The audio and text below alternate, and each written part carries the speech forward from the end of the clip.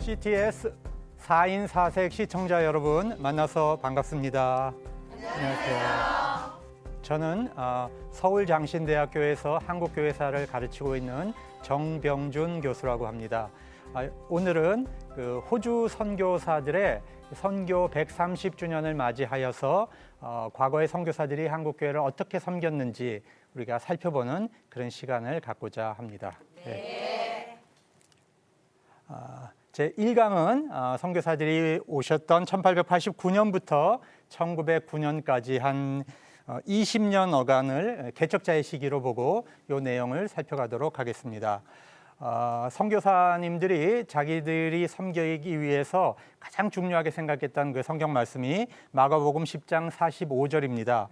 이 말씀을 보면 인자가 온 것은 섬김을 받으려 함이 아니라 도리어 섬기고 많은 사람들의 자기 목숨을 많은 사람들의 대속물로 주려 함이니이다. 이 예수님의 말씀을 모든 선교사님들이 자기 선교의 가장 기본되는 모델로 삼고 있습니다. 그래서 호주 선교사들의 가장 큰 특징은 이 섬김에서 굉장히 잘 드러납니다.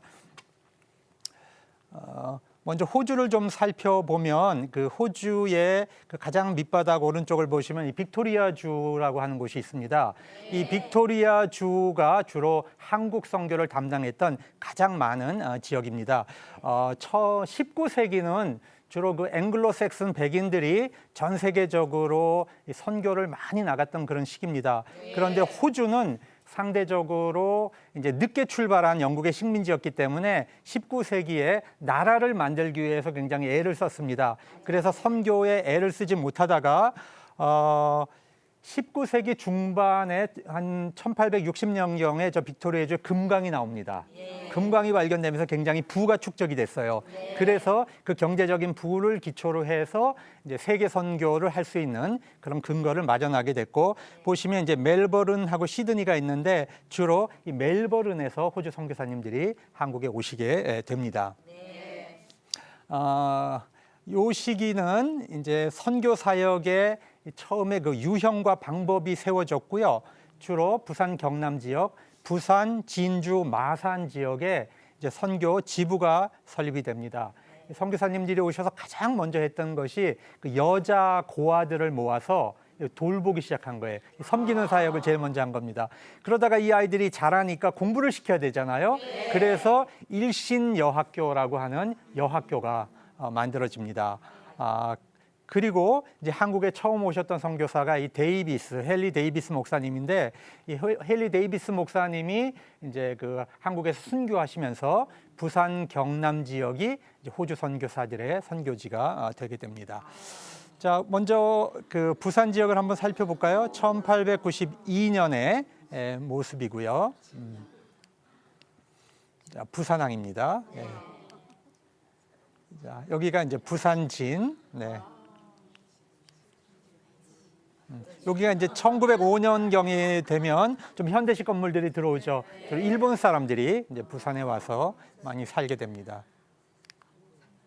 자, 여기 보시면 이제 요 가운데 그 장터 위를 쭉 올라가시면 저기 이제 현대식 건물이 있는데 저기가 바로 그 선교 본부가 되겠습니다. 그리고 여기가 이제 장터가 이제 열렸습니다.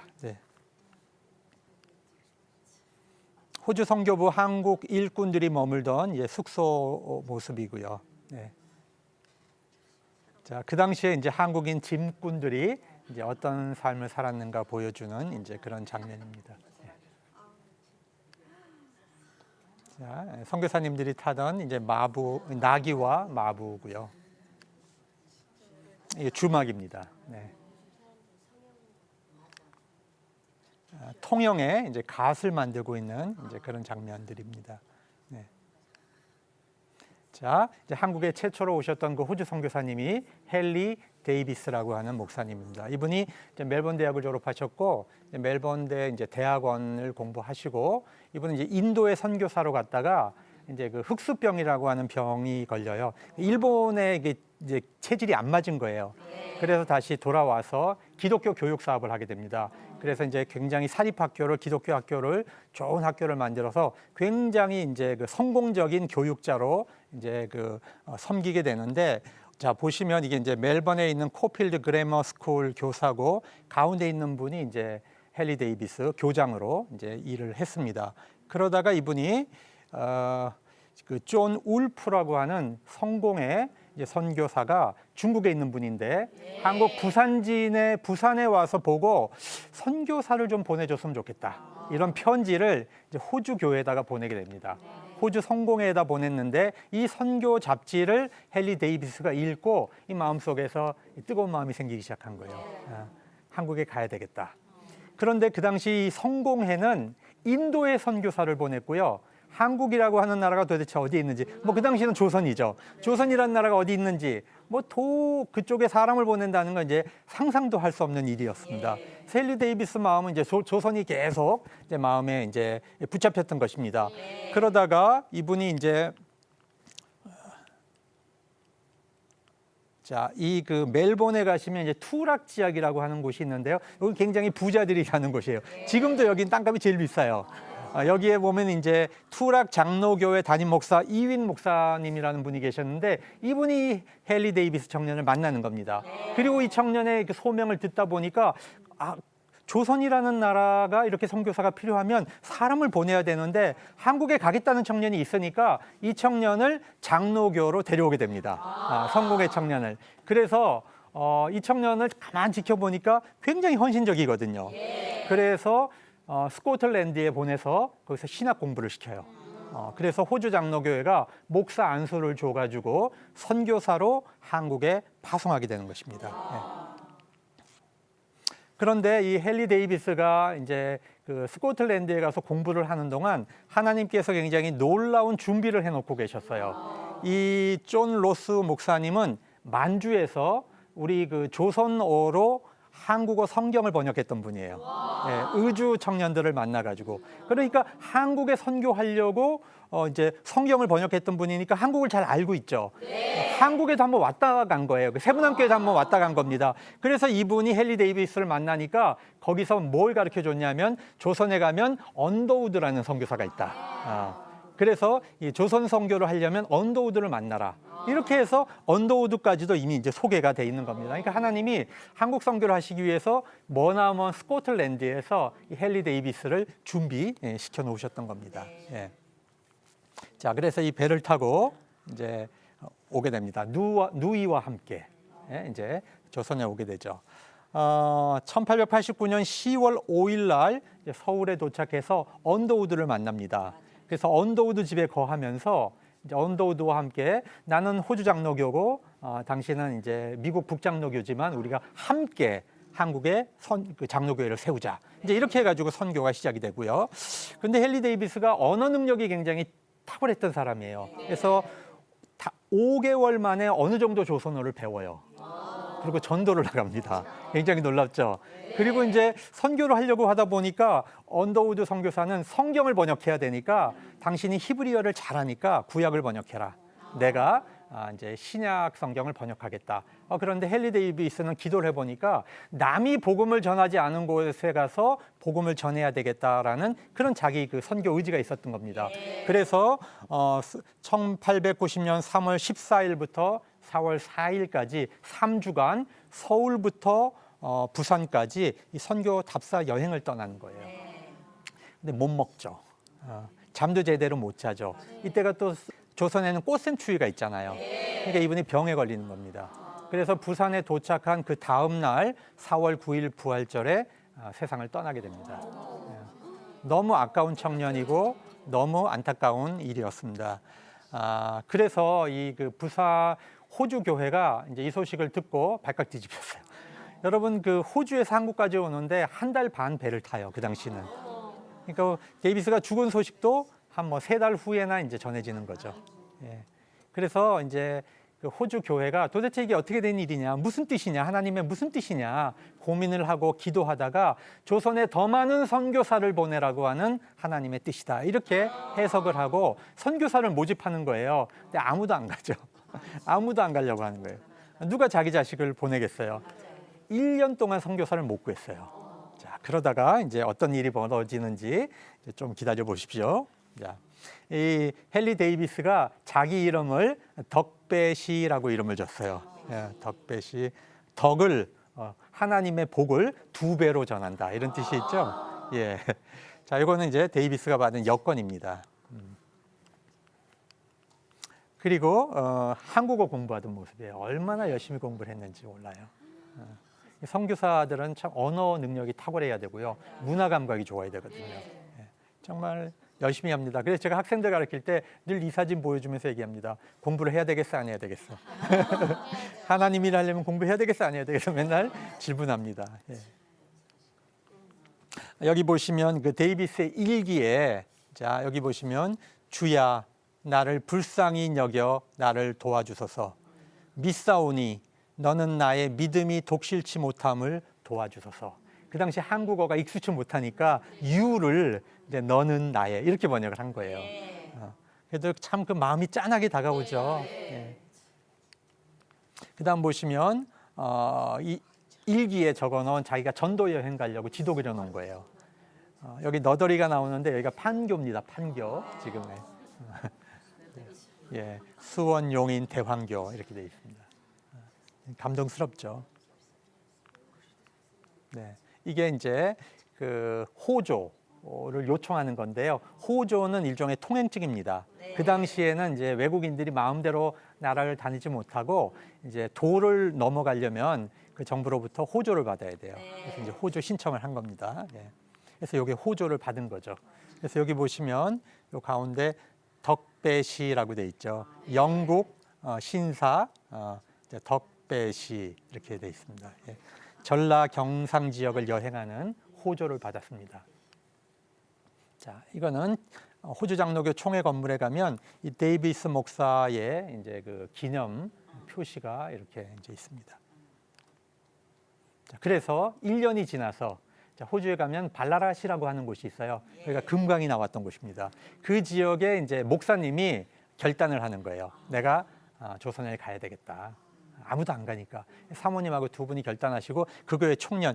지금 여기 있는 사진은 이제 조금 나이가 든 사진도 있지만 이제 젊은 이제 청년 때 이분들이 결단을 해서 세 분의 미스가 이제 목사님과 함께 조선에 오게 되는 겁니다. 5분이. 예.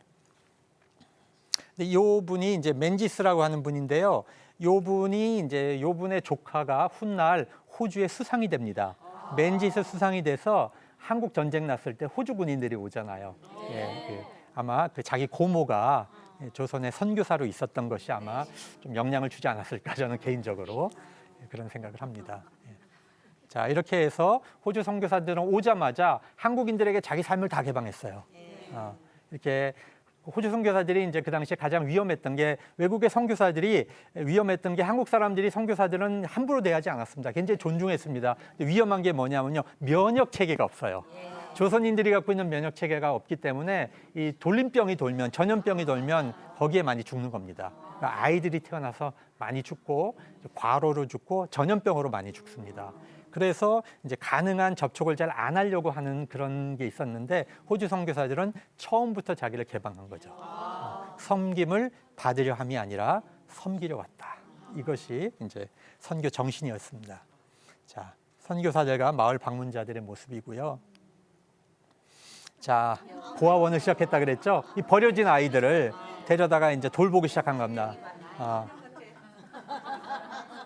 자, 이분이 이제 신복이라는 이름을 갖고 있는 이 맨지스 선교사의 양녀인데요. 이분이 이제 그 부산진 교회 권사로 계시다가 2004년에 소천하셨어요. 예, 여론이. 예. 너무 이쁘죠. 깨끗하게 닦아놔서 이쁘지. 예. 자, 이제 고아원이 이렇게 이제 시작이 됩니다. 예.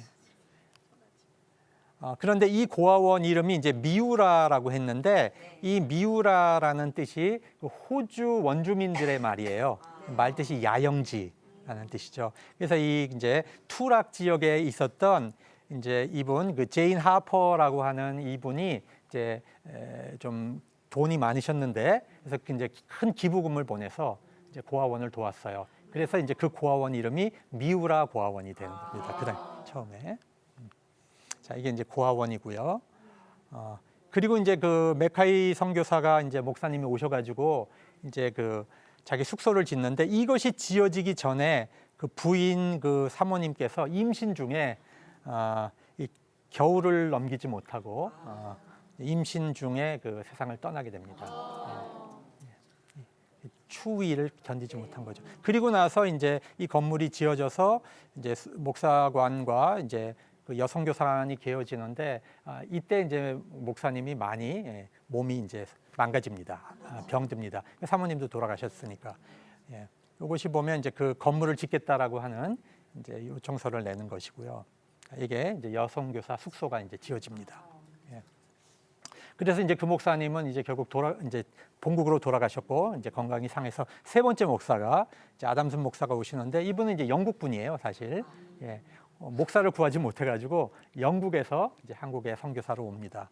근데 이제 이 엘리자 앤이라고 하는 이제 이 사모님도 한국에서 돌아가셔요.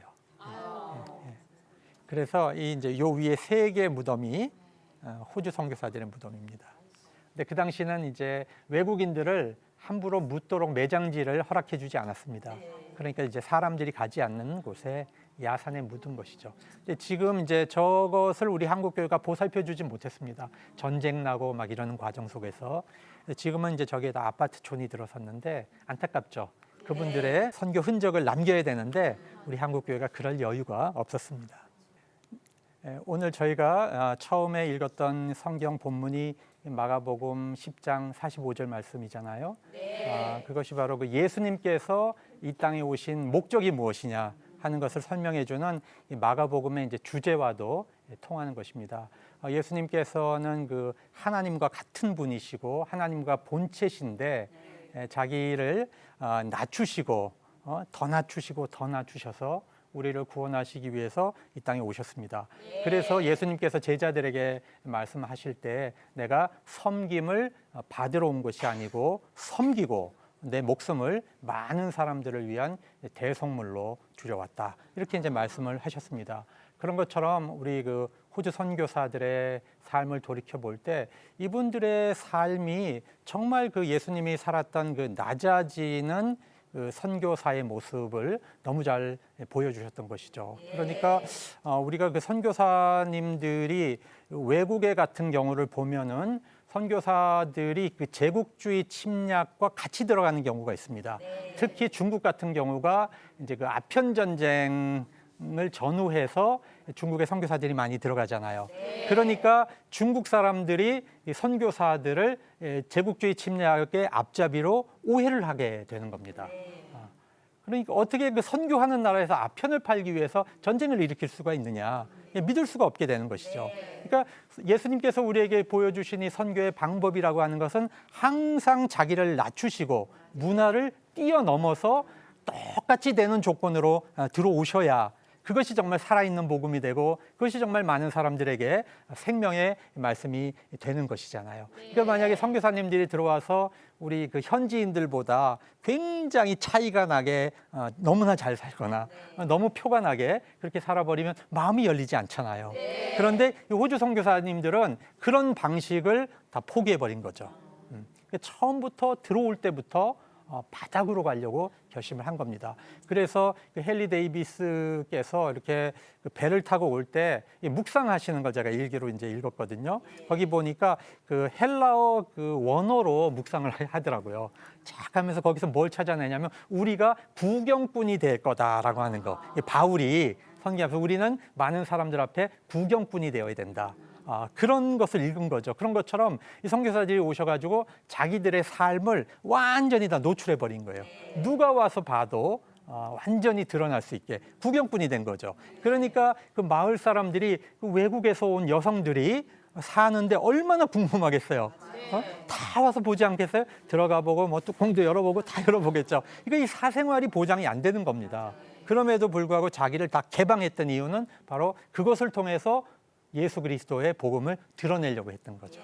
사랑을 드러내려고 했던 겁니다. 그것이 바로 이 호주 선교사들이 가졌던 이 선교의 능력이라고 저는 생각을 합니다. 자기를 다 드러내도 부끄러움이 없는 삶.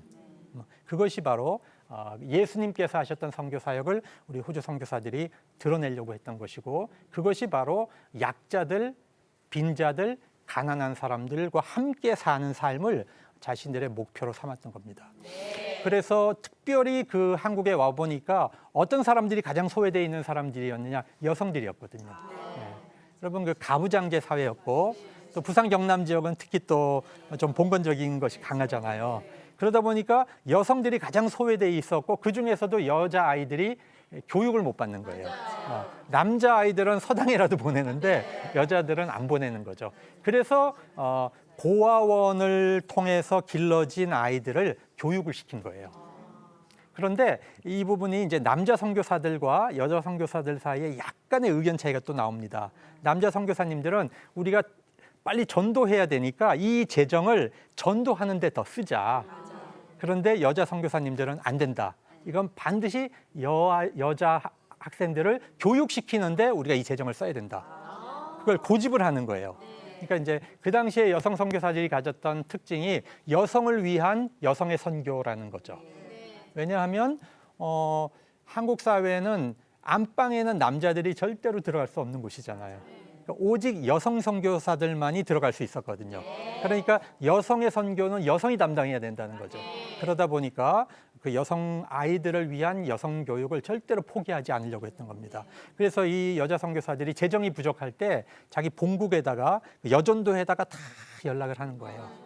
그래서 본국 여전도에서는 이 찻집을 운영하고 또 술을 놓고 어린 아이들이 이제 생일이 되면은 그 생일 헌금통을 만들어요. 거기다가 한국 조선을 위한 이제 헌금을 하게 하는 겁니다. 이렇게 해서 모아진 재정을 이제 조선에 보내는 거죠. 그러면 이 여성 선교사들은 그걸 갖고 특별히 여성 아이들의 교육에 헌신적으로 썼던 겁니다. 이것이 바로 이제 가난한 사람들과 함께하고 낮아지고 섬기는 그런 모습이 호주 여성 선교사들의 가장 대표적인 특징이다, 이렇게 볼 수가 있습니다. 그리고 저는 이 사진을 볼 때마다 희생이 없이는 정말로 이루어지는 것이 없구나 하는 것을 느끼게 됩니다. 처음에 와서 정말 그 아까운 생명들이 정말 이 본국에 있었으면 편안하게 대접받으면서 살았을 분들이 이곳에 와서 겨울을 못 나고 또 병으로 죽어갔던 저 무덤을 볼 때 우리 하나님께서는 그 희생이 있는 곳에 복음이 싹트게 하시는구나 하는 것을 우리가 이제 다시 한번 돌아보게 하는 것입니다. 그래서 한국 교회가 130년이 지나서 지금 꽤 부흥했고 재정적으로도 넉넉했기 때문에 우리가 초창기에 가졌던 섬겨야 한다는 이 자세를 우리 혹시 잃어버리고 있지 않는지, 이번 130주년을 통해서 그것을 한번 돌이켜보는 그런 귀중한 시간을 우리가 가졌으면 하는 것입니다. 이제 우리가 저희 1강을 거의 이제 마무리할 때가 된 것 같습니다. 우리가 이제 1강에서는 선교사님들이 처음 1889년에 들어와서 1909년까지 한 20년의 시간을 이제 우리가 다루면서 그 전반 부분을 다뤘거든요. 그래서 그 후반부에 가서는 우리가 이제 선교의 열매들이 어떻게 맺어지는가 하는 것을 우리가 한 번 더 살펴보겠고요. 그래서 이제 그 뿌린 씨앗들이 이제 차곡차곡 이제 여러 곳에서 열매 맺어지는 장면을 우리가 2강에서는 공부를 하도록 하겠습니다. 지금까지 함께 시청해 주신 여러분 감사드리고 2강에서 또 만나 뵙도록 하겠습니다. 수고하셨습니다. 네.